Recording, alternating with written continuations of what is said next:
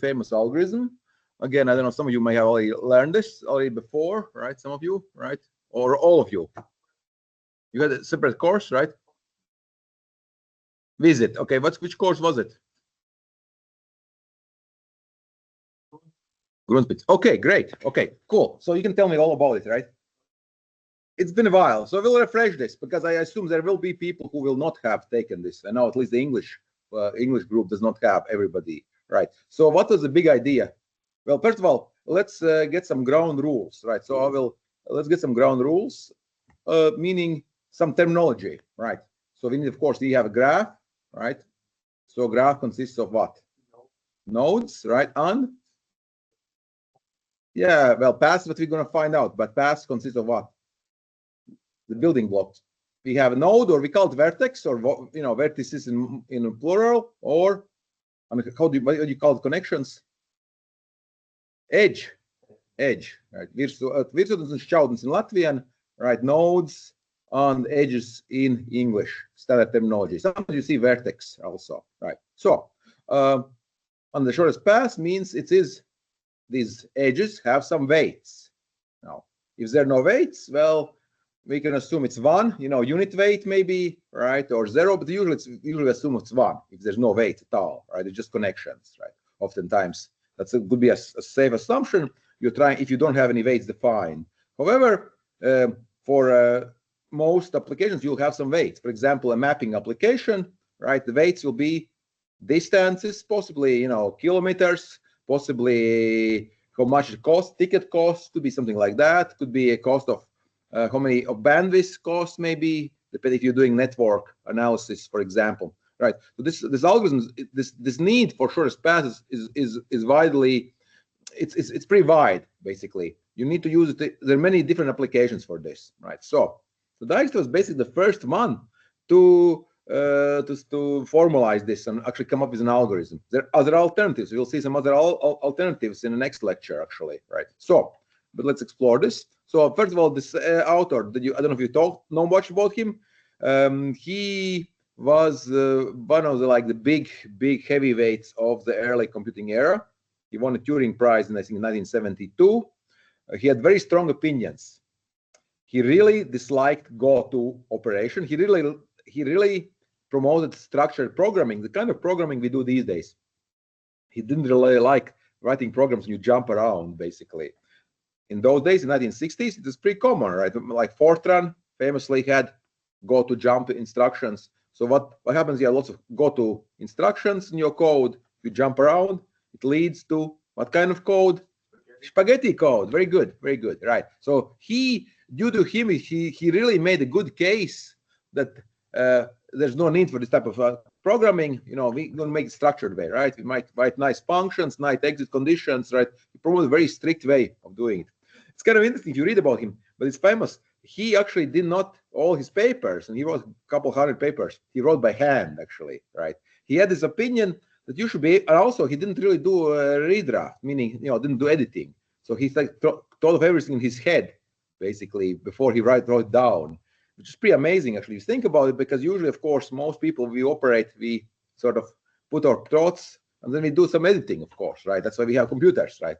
So famously, he didn't use computer as a word processor, basically, himself, right? But yeah, very influential. He was from Dutch scientist, but then he moved to I think University of Texas. Yeah, this University of Texas here, right? There's an archive. You go here, right? I don't know if you can go to this address. Oh yeah, we can, right? There's an archive of his papers, right? And he wrote about all kinds of topics, right?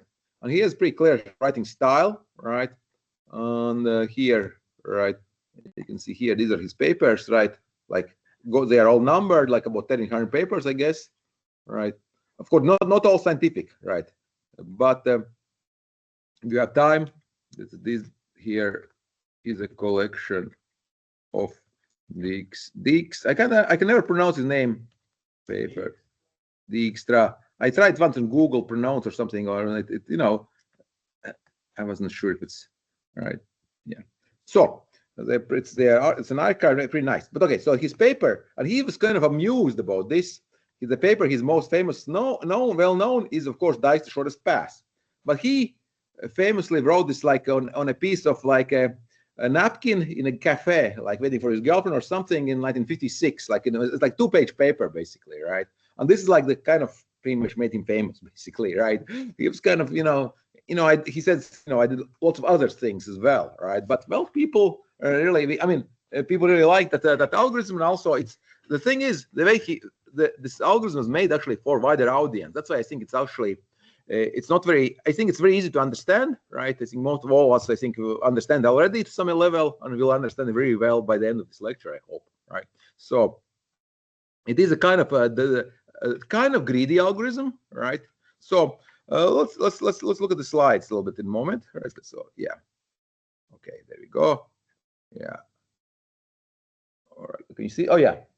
No, you can't see anything. Oh, that's not good. No, we don't need this. No, presentation style doesn't work. No, that's not good. We'll just stay here. Come on. All right. So problem again is source. So we have, this is called single source shortest path problem, SSSP, right? There is another problem. Of course, there is also all pairs shortest path, meaning everybody against everybody. But single shortest path means we find shortest path from some source, from one of the vertex, to be like, say, if it's cities, let's say from Riga to all the other cities, on your graph, for example. So now there might be a problem, like sometimes you want to find the shortest path from A to B, like from some city to another city, for example, right? Well, single source, it turns out the single source shortest path problem is what you use it, even in that case, even if you only need 2 cities, you still use the single source shortest path. It's sort of like you will, by the process of solving the single source shortest path, you will find the shortest distance between these 2 cities, basically. I guess if you look at literature, I guess there's no algorithm just between 2 cities. It's like you solve a single source shortest path, and then you stop when you reach your destination, basically, right? If you have a lot of cities to solve, you can stop early, right? If you need solve only A to B, and if you don't need C, right, and D, right? For in general case, it will find shortest path from, say, city A to all other B, C, D, and all whatever you have, everything in your graph. You'll find everything, right? So an algorithm is really simple. It's a greedy approach. That's why it's simple, right? So it works also. We didn't talk about the terminology. There are 2 types of graphs: directed and undirected. What's the difference? Well, undirected, you can go both ways. Yeah, it's basically, you can think of undirected as directed with basically 2 arrows going both ways, same cost, basically. The difference is with direct graphs, you can have different costs. Maybe it costs, $10, 10 euros to go from Riga to, I don't know, to Liepāja, right? But back, maybe there's no tickets whatsoever, then it's zero, or it's all empty, you don't have a graph at all, or maybe it's more expensive, right? So you can represent different weights, or even the fact that you can only go one direction, right? It's a one-way direction, and you can't go back at all, right? So the good news for you is, of course, Dijkstra works for both. It works for both directed and undirected, but there is one limitation. This is a big limitation. Again, maybe, I don't know if you talked about this, but all the edges, all the costs must be non-negative. You can have a free cost, 0, right? But you cannot have non-negative, you cannot have negative costs. And what does it mean, negative cost, actually? Is there a point? Well, again, if you go back and forth all the time, maybe you're going to like minus infinity. Yeah, the thing is, okay, and also think about real life. What could be represented if you go back to our, let's say, ticketing example, let's say to be flights or bus rides or whatever, maybe there's some sort of sponsorship deal or something, somebody pays you to go somewhere, right? That's a negative cost to the company, right? I mean, it's a positive cost to you, but for the graph, you put it negative, right? Somebody's paying you to go somewhere. And as you said, very, very well said, it can lead to situations when you have a possibly infinite loop, there's no such thing as shortest path. It leads to, you can keep going back and forth and you have infinite money or infinite, mileage or whatever you want to collect there, right? So we'll see there are other algorithms which do handle these type of cases, right? But they're not as efficient, right? So, and also slightly harder to understand, not too much, but still slightly harder. So our greedy approach, what do we have as input? We basically have again, formally, we have a graph, G, we'll call it G, and you have a collection of edges, right? Connections, and V, vertices, right? And again, edge weights are non-negative. An output will be collection of shortest paths, right? From some source, right? This source, of course, obviously is part of one of the vertices, right? to all the other vertices, right? So let's look at the pseudocode next, right? So extremely simple. Maybe I'll make this a little bit bigger. Yeah, I'll make bigger. Hopefully you can see this, right? Now, so what we do is we say distance to our source is 0 because we are always there, basically, right? And then we do a neat configuration step for all other vertices. We set them to infinity, right? Again, depending on your language, you have of course figure out how you're going to represent this, right? But all the other distance are infinity because we don't know it, right? We don't know the full picture, right? It's just starting out. And then we have a set of all vertices. I mean, yeah, all vertices which we have visited. It's empty set, right? Of course, whether it's a set data structure or whether it's a list or some other structure, it's, you know, it's up to you how you implement it. And then you have a queue, right? Again, you need some sort of structure to represent this queue, right? Which contains all the vertices you have to collect, right? So now, while the queue is not empty, right? It's a simple while loop, right? While loop, you do what? You need to find out of this queue, right? The minimum distance, basically, right? So you need to find the minimum distance, right? And that is you need to find whichever vertex in your queue has the shortest distance, basically, which is closest, basically. And then you add it to your visited vertices, right? And then what you do is you check. Right, there's a for loop lurking inside the while loop, right? So you'll see there's going to be some how you're going to calculate complexity for this, right? So what you do is you check whether there is a need to update the shortest path, right? Else we do nothing. You'll see this in action. It's really simple, actually, right? So, and that's it. And then, of course, eventually we return all the distance. Again, there's notice here.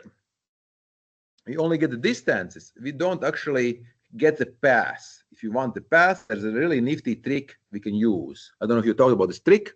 All right. So you want to save the path, right? So in order to save the path, what is needed to save the path, actually, really? If you have a short path from A to, let's say, D, all right? Well, what do you need to know?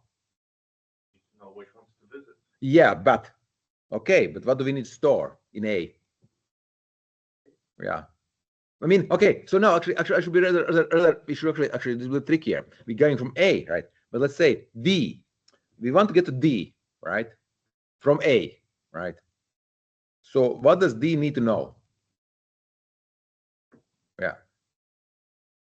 Well, I don't know, what was the last? Yes, exactly. Exactly. Very good. So all you really need to know is where you came from. That's it. You don't need the full path. You can reconstruct. Of course, you could store the full path, but in most implementation of Dijkstra, you don't store the full path. Maybe you do it separately, right? Of course, memory is cheap these days, right? But originally, right, it's very efficient. You only need the where you came from, right? So if you're going from A to D, right, and path is like A, C, D, you're skipping B, right? You only need to go to your D has to know it came from C. And then C, of course, will have reference to A. It came from A. So then you can reconstruct the path, right? So going backwards, right? So all this again, so this works for all the sort of single source shortest path problems. Really nifty trick, right? So we'll see this also when we explore more graphs. So this is a simple example. We have about 5 vertices, right? We have 0, right? A from A to everybody, right? Again, if you don't have to choose A, you can choose any other vertex, right? But of course we choose A, right? So we know we're going to find the shortest path from all other ones, right? So we know from A to A, it's 0, right? It's given. That's the initial step, right? And then what do we do, right? We say, okay, I know I have visited A. I know for sure I cannot do better for A, right? Well, again, so this is a basic trivial case, right? But what I do is I am going to add new information, how much it costs to get to other vertices. And I can go through I have my connections, right? My edges, right? I'm going to update. So after I update, I have my set of visits is A. My queue, now, well, A is out of queue actually, so I only have B, C, D, E, right? And I have what? I have new information, 10, 3, infinity, infinity, right? So And now the trick comes in that we already know where to go next. What we need to visit. Which one do we visit next? Of course, with C. Why? Because it is the shortest. And the beauty of this algorithm is because if we choose the shortest, right, we cannot do better. Basically, it's a greedy approach. It's actually called best first search. Basically, we have some sort of way of ordering these, right? And we choose the best one. It's a greedy approach because we don't know the full picture yet. I mean, we can't know yet full picture. And we choose the shortest one. And this means, of course, is by choosing the shortest one at the moment, right? We guarantee it's the best choice, right? We cannot do better than this, right? At each step. So what we do is, and so this means that from A to C, we have solved the problem from getting A to C. That's why we're going to mark C as visited, right? We're going to mark C as visited, right? C is visited. So we know. So at this moment, if our task was find shortest distance from A to C, we could quit early. We could add an early exit condition, and we could quit early our algorithm, right? That's also possible. But for this particular example, we're going to do all of them, right? So we have this A to C, so we know distance. This is all we know solution to A to C, you know. But we need to do the next step is we need to update information. So this is not tricky, but you will see how it works. So from C, obviously we don't have to need check for A because, well, first of all, there's no arrow, but also we only have to check those vertices which we have not yet visited. So B, C, B, D, E. So we're going to update. So E is going to be what, 5? D is going to be 11, I think, right? And here is the part B. It's now 10. But C gives us an improvement. It's going to be 7, right? 3 and 4. So that's the part here. And now we update, right? So we have 7, 11, right? And 5, right? 7, 11, 5. Well, so which one do we check next? Yes, very good, very good. Like I said, easy. E for easy, right? So E is easy on. So 5, because again, we will know when we visit E, which is basically currently the minimum distance we have not yet visited. Basically, we cannot beat it. Basically, we cannot improve on it. So we have to take the one which is the shortest one. So then we'll have solved the problem for 3 vertices, right? So ACE, right? We know the short distance from A to C. We know also short distance from A to E, which is 3 and 2, right? So 5. Well, now of course we have to check the updates, and the thing is here. I think we won't get any meaningful update because it's like you get 9 here. So that's like what, 5 plus 9 is 14. No improvement, right? And how about and that's it. We only have one possible improvement. So in this case, it's going to look like this. Oh well, it's going to look like this. Yeah. So 11. So nothing changed basically because I checked this little connection, but there's no improvement. No. So now, of course, next we had 7 and 11. We take 7, right? We check, well, we mark 7 as this. So we have solutions from A, C, E, B, right? All 4, but we still have a possible improvement, right? We can't quit. We can't say, okay, we have finished, right? Because for D, right, we need to check where the 7 goes, right? You can go back to C, but of course, C is not, it's already visited, so we don't need to check C. Of course, A also, but we have to check for D. So there is a slight improvement. 3, 4, 2, that is 9, which is, of course, less than 3 plus 8, which is 11, right? So now we need to update 9, right? And of course, right now, the last step is just clean, you know, we say, okay, we only have 1 vertex in our queue, and there's nothing else to do because we don't have to visit anything else. We already done it, right? So now we have solved the problem, basically, right? So pretty funny. So pretty, but I mean, pretty easy, right? But running time, right? So simplest, how do we solve the vertices, right? So the problem is if we solve them in an array, right? We'll need the quadratic time plus the number of edges, of course, right? So, right. So what you could do is if you have not too many edges, right? Let's talk about a little side note. So how about number of edges?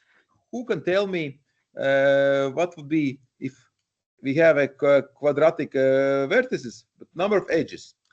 What's the most edges you could have in a graph, like in a normal graph? Like you have, let's say you have n vertices. Let's say you have 10 vertices, right? And let's say, okay, undirected graph. If it's completely full, it's all everything's connected. Yeah, well, no, not that many. No, think about. Okay, so you have 10 vertices, right? Right. On you want to let me do a paint, right? Right. So or let's do 5 because I don't want to do 10. So 1, 2, 3, 4, 5. Right. So how many? What's the most edges can we have here? So we have 1, 2, 3, 4. Right. This is undirected graph, right? No, not so bad. Nothing no crazy because look at this here, right? It's 4, right? Then the next one will have only how many need to draw? 3, right? 1, 2, 3, right? The next one needs only 2, 1 and 2, and then we have the last one 1. So this is what 4 plus 3 plus 2 plus 1, right? Arithmetic progression. The formula for which is n minus, I believe, n minus 1, right? Divided by 2, I believe, right? If I remember correctly, right? That sounds like. Let me double check. So 5 minus 1 is 4. That's 20. I mean, 5 times 4 is 20. Divided by 2 is 10, which is, of course, 4 plus 3 plus 2 plus 1, right? Yeah, which is 10, right? So that works. So yeah, so this, of course, is quadratic, right? Because it is what is n squared divided by 2, right? Minus n divided by 2, right? So this part here, this means that if you have a really full graph all connected, this is basically, and you say, okay, the algorithm depends on number of edges, this is basically implies quadratic complexity, right? However, of course, most graphs are not fully connected, right? They're relatively sparse. And the kind of thing about sparse graphs, there's not really a strict definition. Mathematicians, for some reason, have not decided what's sparse graph. It's obviously, if it's less than half, I think roughly, if it's less than half full, then it is sparse, roughly, right? But at least, but of course, there's many more really sparse graphs, right? So, again, if you have a directed graph, then you basically have arrows both ways, right? For undirected, right? Undirected, right? For directed, you just multiply by 2, you still have the same complexity, right? So that's what I the side note is because we have the E, right? Number of edges, length of how many edges you have, right? Count of edges. So this could be also quadratic. So what this means is, right? So for sparse graphs, we can do a modification. We can do a how many vertices times log of v, length of edges, how many vertices times logarithm of v. So this will be better. However, if you have a full graph, your basic implementation also will still be, you're not going to gain anything here because you have a quadratic complexity here. Actually, it's going to get worse. Actually, right? So yeah, so there's some tricks you can use. How do you store the graph? You'll see is another example. Also, how do you store the queue? What kind of structure are you going to use for queue? Because what do you need? You need to keep a track of which one is the shortest, right, in the queue, right? Priority. It's a priority queue. You need a track of priorities, right? So again, let's go back while it works. So, right. So there's not going to be any formal proof, but the idea is two lemmas. I think we have two lemmas basically, right? So we have again another paint quickly, right? Why it works, right? So we have this here, right? U V, right? U and V, right? And basically this is the shortest path, right? Now if we have another vertex, we'll call, I guess we call it X, whatever, right? I guess we'll call it X, right? And there's X, right?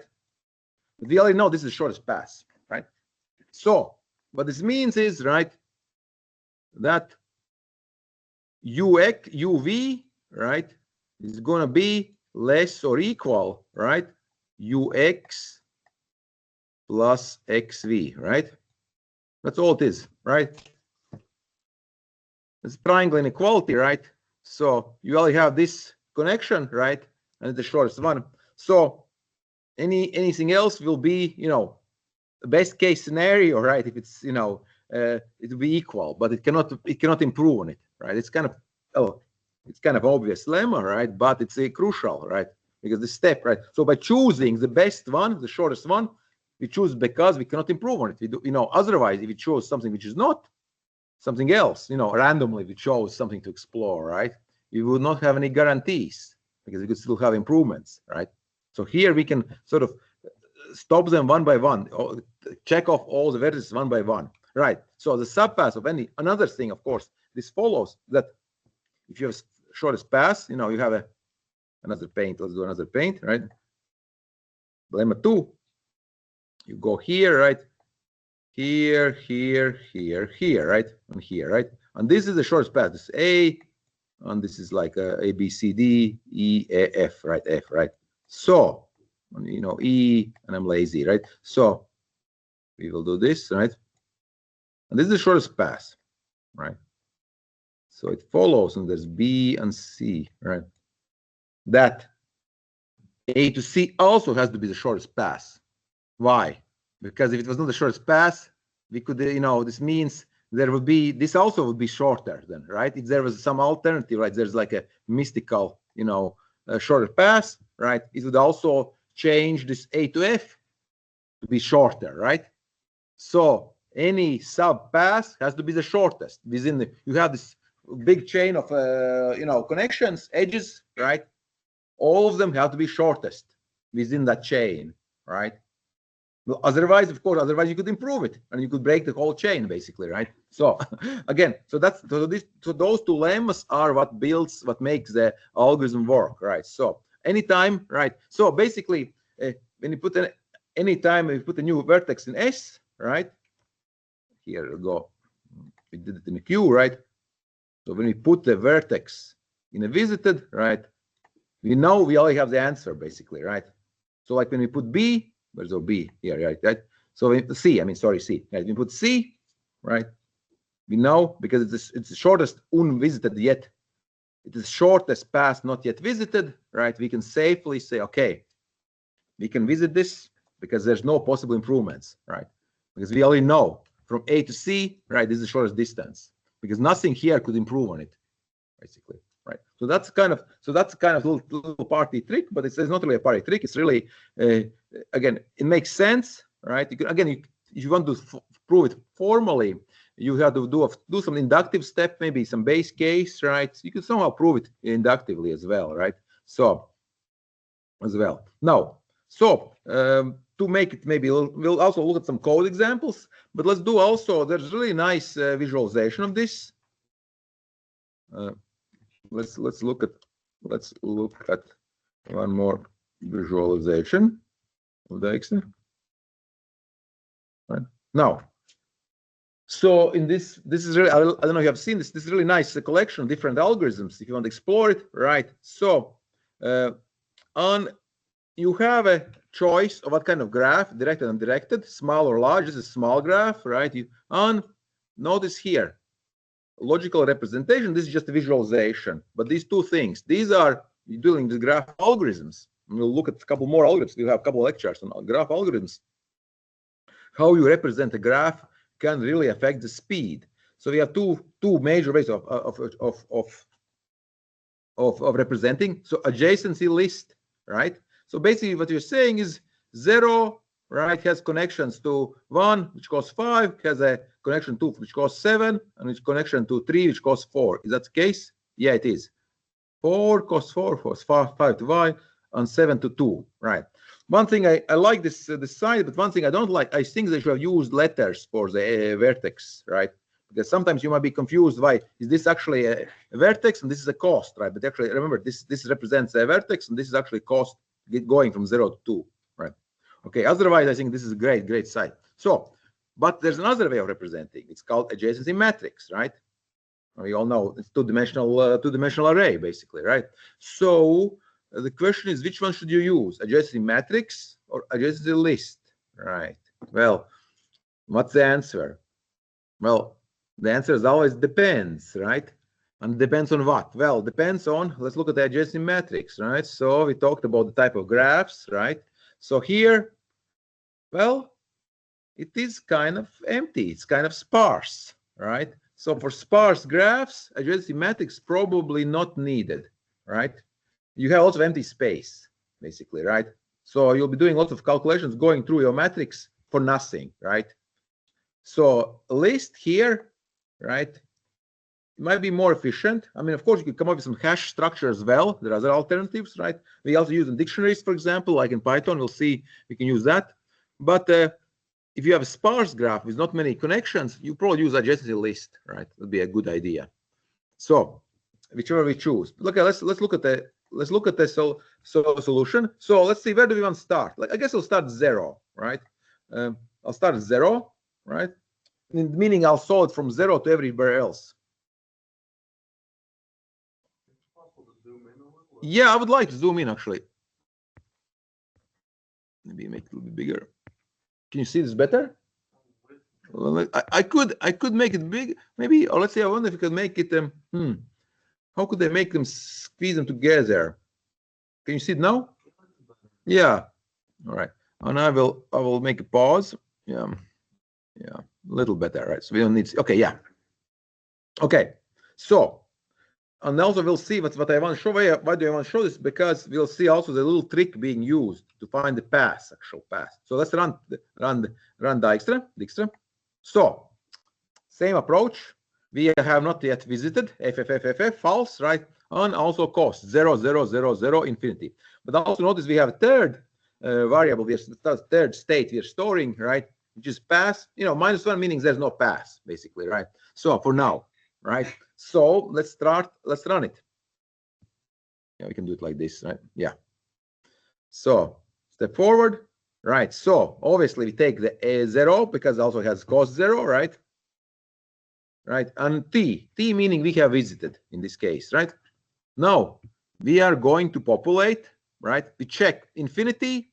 Currently there's infinity, and we have 5. 0 plus 5. That's sure beats infinity, right? How about same 2? We don't. We have 7, improvement. How about 3? We have 4, also improvement. And the rest are infinities, right? Okay. Now, so which ones we choose? We choose which vertex? Yeah, which is 4, right? Yep, 4. So this means at this moment we have solved the problem from 0 to 3. It costs 4, right? Because nothing can beat it. That's why we can safely, put it in we can mark it true, right? We can mark it true, and we have done it. And again, if all you are asked to get the distance from 0 to 3, then you could stop it here, right? But now we'll see this here, this mark, 0. All when we look at distances, right? It also entered where it came from. It came from 0, obviously, these distances, right? So let's go more. Let's see what happens now. So now we're going to explore these, right?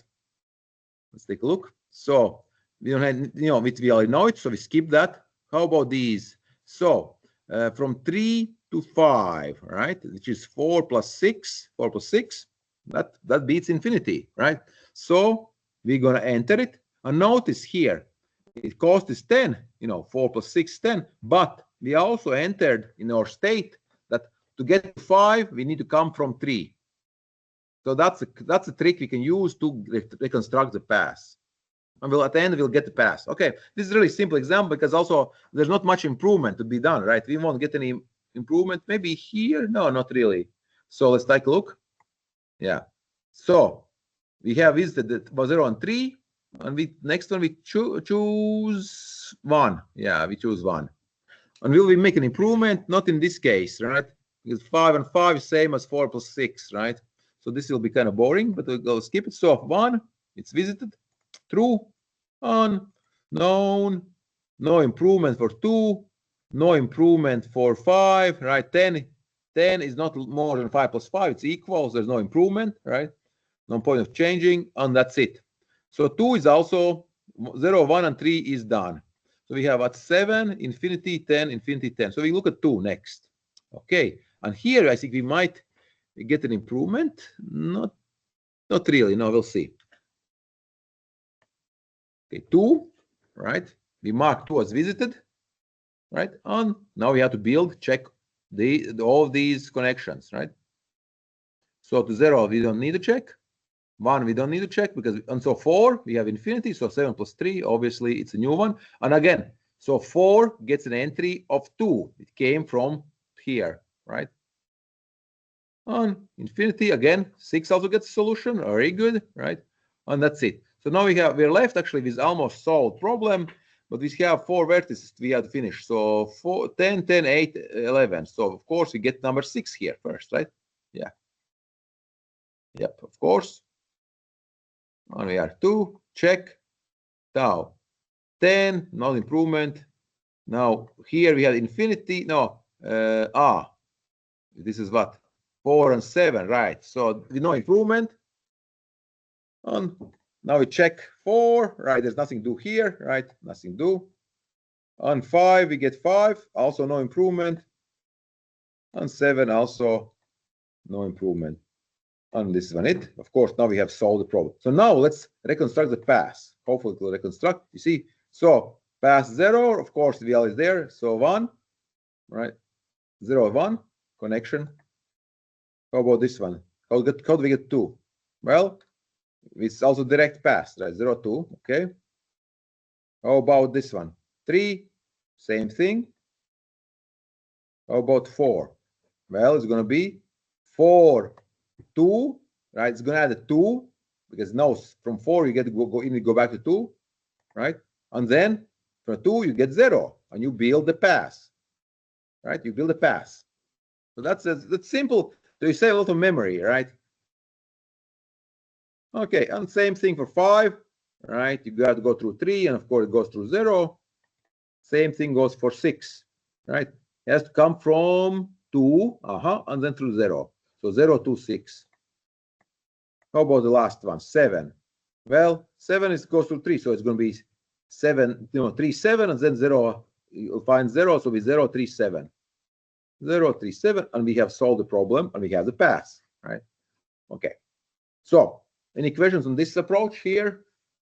No, pretty simple. Okay. Well, the last thing I'll do today is going to look at the actual how you do this in, say, Python. We'll do it in Colab. And where is my Colab? 1 second. 1 second.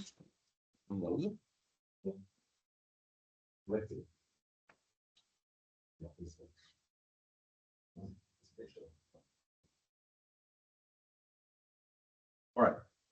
So now, let's look at the Colab. Where is my Colab? Colab. There we go. And of course, do you need to implement the Dijkstra yourself directly? No, of course, because most libraries. I'll make this a little smaller. No, it's too much, right? Yeah. It's most libraries, most graph algorithms, of course, will include Dijkstra in as a pre-built LA solution, right? It's very widely used. So, but if you have to, you can do it. It's not so hard, right? So we have a graph, something like this, a sample graph. So some vertices, right? And we have the edges, and we want to find from from any to any. We want to build it. So how would you do it in Python, right? You make a class, right? So you in this time we will use a looks like we're going to use a matrix for a matrix representation, right? Because this looks like two-dimensional list, right? 2D, right? On 0. Well, also we do 0 for column in range vertices, 0 for row, right? So question might be if 0 is okay, maybe you should do it infinity here, actually, right? And be a question, actually. But let's take a look, right? So we have a solution, a helper function, a method for print solution, right? And then, of course, we need to have a minimum distance, right? So this is not going to be optimal, right? Why? Because we have a distance, right? And we have set, right? So we put a minimum distance, max size, right? And we search, right? We find the one which is minimum, right? We know which one out of those not yet visited is already the minimum, basically, right? And then do the Dijkstra, right? So everything is max size. This is basically max integer. I think half of 64-bit integer. I think 9 billion. We can check this out, right? If you're not. All right, this is one of those common things we use, right? So let me connect. Import this. Yeah. I think, yeah, 9 hextillion, whatever it is, right? So half of, so it's 2, that is 264 divided by 263, I believe, minus 1, I believe. Let's double check. I mean, like this, right? 64, sorry. So yeah, 63.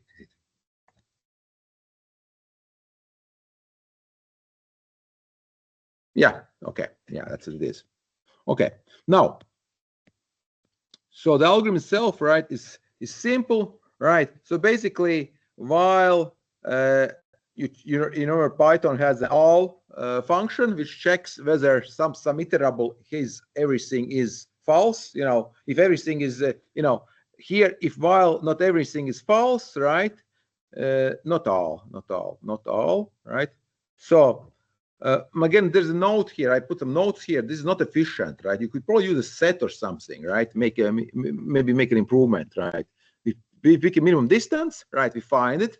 We call the minimum distance function, right? And we know that this one we can visit, right? And then we do update. We check whether there's any connection. We check all our here. Where's my here, right? Right, we check the matrix, we go through all of, you know, for particular vertex, we check everybody, right? In this is a loop, right? In range, and if there's an improvement, we mark it, right? And of course, we check whether we need to make an improvement again. Whether if it's false, we don't. If it's not false, if it's true, this means we already visited this vertex. We already have a solution there, right? So it's not a clean code. I didn't write myself. I just fixed it up a little bit, right? But it already works, right? So we have matrix, right? And it's mostly the pain to enter the matrix than actually solving here, right? So let's solve it, right? It gives you all the distances, right? From 0 to 0, of course, right? 1 on. So the longest distance is to 4, which is 21, right? 4, yeah, 21 apparently, right? Again, but again, this is the version which does not implement the pass. So how do we implement the pass, right? So I think I have it here. Oh yeah, so some improvements, right? So if we could do a set, right? Sets are nice. We have dictionaries, perhaps, right? So we have distances, right? And we can do some set operations, right? So for every vertex which is not the vertex, right? We can find the minimum. We set the max size, right? We have visited 0. This should be more efficient. This one, right? And we have a copy, right? We're going to copy the vertex set, right? So, and of course, this might not be the optimal minimum distance, right? We find the minimum distance out of set. We return a vertex which is the minimum, right? And then again, while we have anything in Q, right? Minimum distance, we add U to the visited, right? Remove it from Q, of course, obviously, right? And we go through all the vertices which are still in Q, right? So that's more optimal here. So here, so more optimal here than going through all vertices.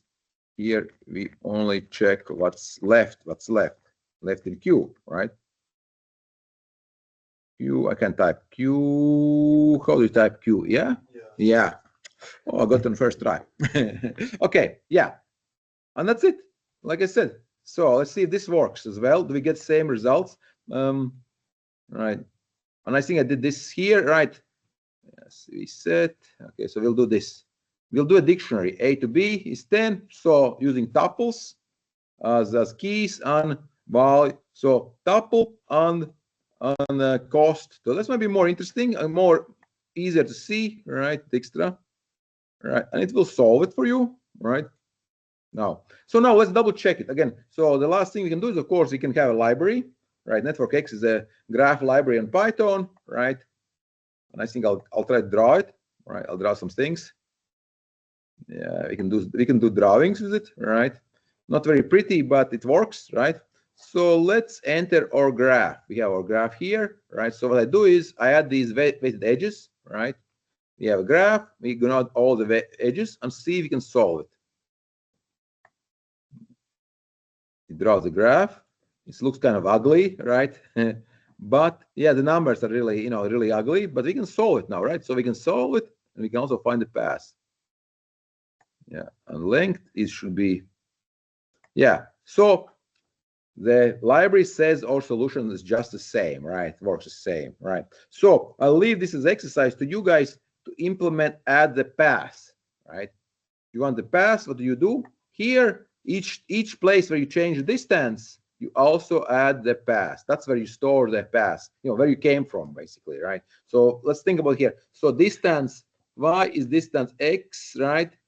Plus self graph x to y, right? So this means we came from, for y in range x, right? If we have, so x, right? We're going, well, not all paths, right? So x is, so this, yeah, so x, right? So we would add x, the particular vertex, that's what we're looking at, right? We would add this as where we came from, basically, right? Yeah, that's what we're checking here, right? So x here, if you were storing paths, here you would add that to get to y, you need to come from x here, basically, right? Figure out some data structure. So very widely used, I don't know, as mentioned here, we have some slides here, right? Yeah, widely used. We have some slides, yeah. Like, Google Maps. Of course, they use some other algorithms as well, A-star, but routing, common routing. Also, interesting moment is that also used also in things like, medicine and epidemiology, right? COVID, right? How things spread, right? The shortest path may also help tracking things like that, actually, right? Exploring networks, right? Because of course we want to explore, how closely we are related to each other, basically, right? So, okay, now what I recommend for you guys is to play around with this visualization tool, right? And also see if you can write your own code as an experiment which adds the path tracking. That might be something to explore, basically. Okay, maybe any questions on this, on the first pass? You all explored it before, right? I'll be curious to see how you explored the Dijkstra from the other teacher, what you were learning there, if you remember. It was less computer stuff. Yeah. We were sitting in the lecture, and we also kind of saw the steps and stuff. Yeah. The pseudocode. Yeah. But we mostly, what helped was actually writing it down in the notebook and going through different iterations. Okay. And we had a system where, we did similarly, where we updated values, and whenever we found that this is the minimum value, and we draw a star next to it to indicate that that's locked in. Okay, yeah, so it's also visited, basically, yeah. Same approach. Okay, super. Okay, yeah. But again, even if you're never going to write Dijkstra yourself again, right, just remember this idea of the best value first, right? Anytime you're dealing with graphs, because graphs, you can model many things with graphs, you will explore this idea. You want to look at, what's best at the moment, basically. You just need to come up with some sort of rule of how you're going to generate these best values, right? And for your problem, and then you can use this to improve, right? Keep going through the problem, right? Graph problems, right? This approach, best value first, is used in many different algorithms, basically, right? So it's another tool in your tool shed, basically, right? So yeah. Okay. Any more questions? Okay. Cool. So we're finished for today. All right. So next week, let me see what we're going to do next week. Yeah, Bellman Ford. Did you do A-star and Bellman Ford? Any? Okay, A-star. Oh yeah. So so A-star there's another cool visualization tool, right? So in this particular case, right, there's visualization. This is one much simpler. Another visualizer.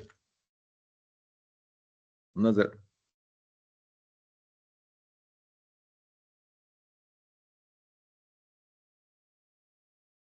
Yeah. So we'll draw this. This is our. So in this case, we're trying to find it from here to here, right? So how is Dijkstra going to work? Dijkstra, right? So I'm going to use algorithms. I'll take Dijkstra, right? And let's run it. So, so obvious. But so you see here. So Dijkstra was exploring all this space, right? So in this case, in this example, right, it's weighted, but of course here the weights are 1 or unit weight, basically some unit, basically, right? Because these are just the squares, right? So you model is like from here to here it's 1, here's 1, 1, 1, 1, 1, 1, basically, right? So in this case, this particular visualization tool, of course, it includes early exit, right? Otherwise, we'll go through all of it, right? So you need only the target, it stops here. Let's add some walls. Come on, yeah. What's going to happen? Come on. So this means there's no connection between, basically, right? Yeah, okay, let's take a look now. Right, so much more work, right? Because of these walls, right? So it explored, let's take a look. 1, 2, 3, 4, 5, 6, 7, 8, 9, 10, 11, 12. So what I'm expecting, 1, 2, 3, 4, 5, 6, 7, 8, 9, 10, 11, 12. Okay, yeah, that makes complete sense, right? Why? Why does it make sense? Because Dijkstra, of course, has no knowledge of this two-dimensional space, right? It's just a graph algorithm, right? So there are no hints, right? There are no hints that give you the direction. So it has to explore all places are equal, right? But just because there's a wall, right? It does not know. The Dijkstra does not know. It's finding shortest path at this moment. Dijkstra has all the shortest path to all these blue are explored, right? And actually it says visited. We know the shortest path to all of these actually at the moment, right? And it so happens this is your target as well, right? So that means we have visited, so we have solved the problem for all of these, right? So of course, eventually, you know, if you don't have infinite space, right, it will solve it for all of them, basically, right? So I don't know. I don't know if you put a bomb. No, can you put a bomb? No, I don't know. So if I make it harder, come on. Okay, yeah. So it probably go through here, right? Let's take a look. Right. Yep. Right. Even better. So again, let's count it 1, 2, 3, 4, 5, 6, 7, 8, 9, 10, 11, 12. So actually not no overhead. So in this case, there are two bypasses equally, you know, equal bypass, right? So what happens if I do here? Yeah, still the shortest like this, right? Of course, if your connections, there's no diagonal movement in this particular, right? That might be important, of course. If you have problems with diagonal, they're very easy to model, right? You just add a connection, right? You just add a connection from in a graph, right? So you can model this space as a graph, right? So connection, and in this case, is it a sparse graph or dense graph? What do you think? Dense, but the thing is, if you think about it, it's very limited because it's very sparse. Yeah, it's only 4. 4, in this case 4, you know, at most 8 if you allow diagonals 8, but you have potentially infinite space. So this actually is going to get sparser and sparser, basically, right? You only need to look at 4 connections, right? It's very sparse actually, right? So yeah, it's not so you probably want to use adjacency list or something like that, right? You don't need to use a full matrix. That's going to be very inefficient, right? So that's another takeaway. Okay, I guess that's enough for today. I'll see you guys next week. Bell and Ford, right? A star, which is a really cool algorithm, right? Which I can give you a hint why it's cool. It's going to utilize some hints. It's like Dijkstra with hints, right? With guiding. Really cool. All right. Thank you, everyone. I'll see you next week then. All right.